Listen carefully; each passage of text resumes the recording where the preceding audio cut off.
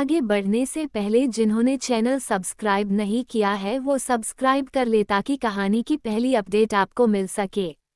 अब आगे। बेदर्दी 2। वेस्ट मुंबई का वो सबसे महंगा बार था जहां रात के 11 बजे भी बेहद रौनक थी। वहीं एक रिजर्व टेबल पर रंजीत सिगरेट का गहरा कश खींचता बीच बीच में शराब का सिप ले लेता। उसके कुछ दूरी पर डांसिंग फ्लोर पर चमकती लाइट के बीच लड़के लड़की एक दूसरे से चिपके डांस कर रहे थे।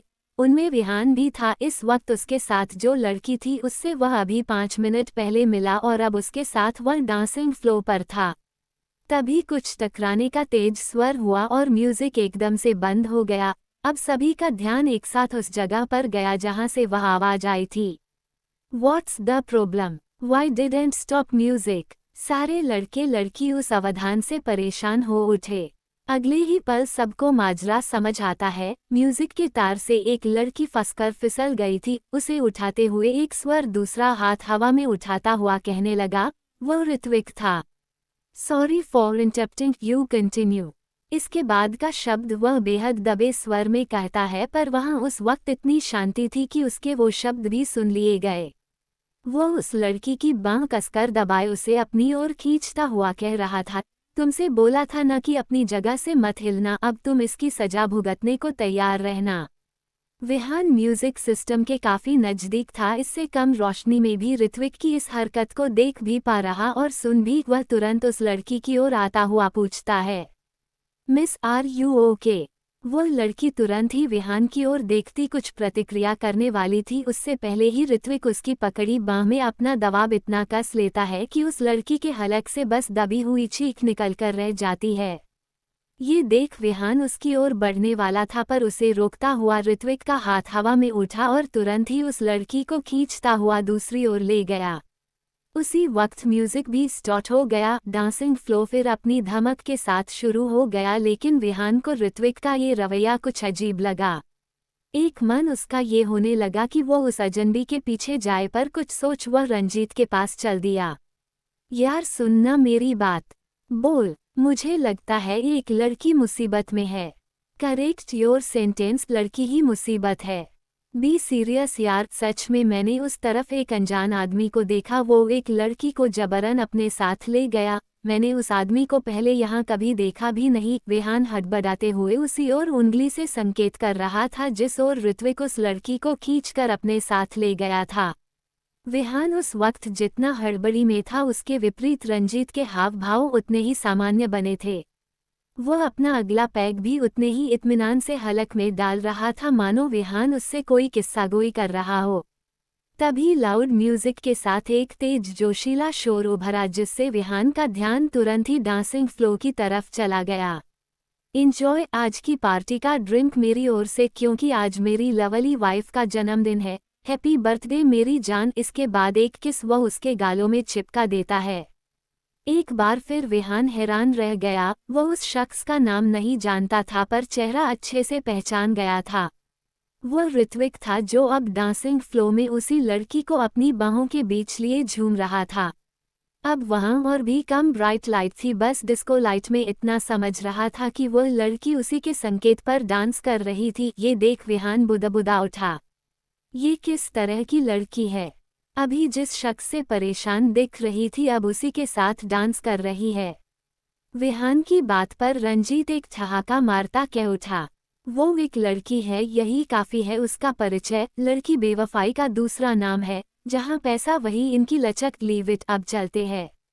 यार अभी तो मेरी सेटिंग बाकी है और तू जाने की बात कर रहा है। अब की विहान का स्वर कुछ और ही हो उठा था।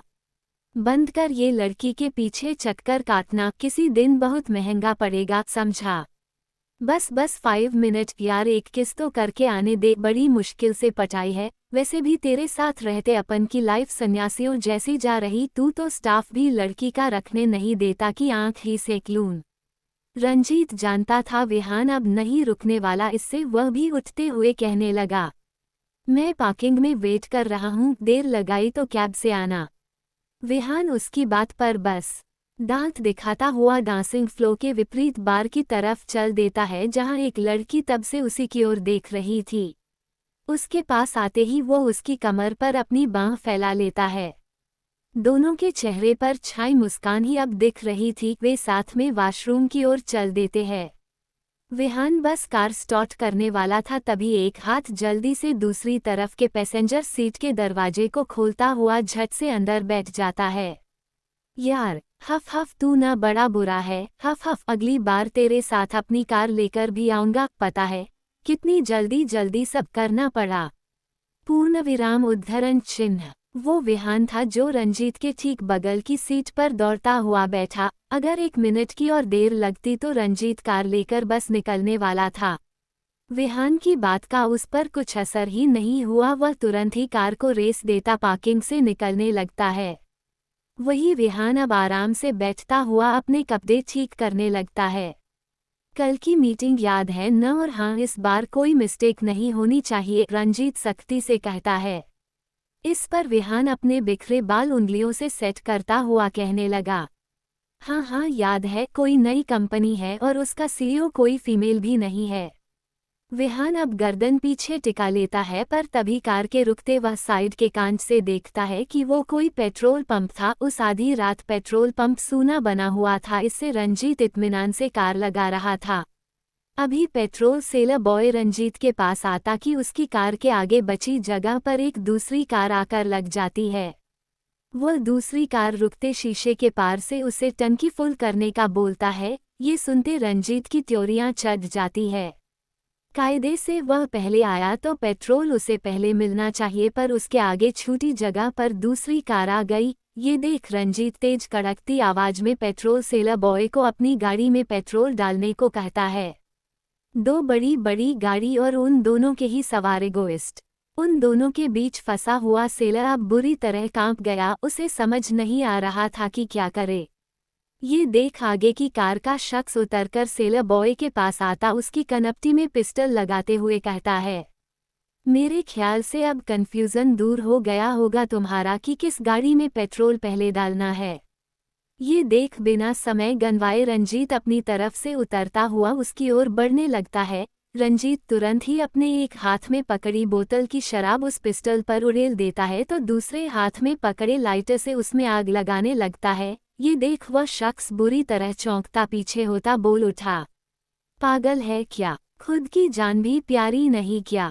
ये लोडेड पिस्टल है, खाली नहीं। सब कुछ इतनी जल्दी हुआ कि न सेलर कुछ प्रतिक्रिया कर पाया न कार की पैसेंजर सीट पर बैठा विहान। वह शीशे के पार से उस दृश्य को देख रहा था।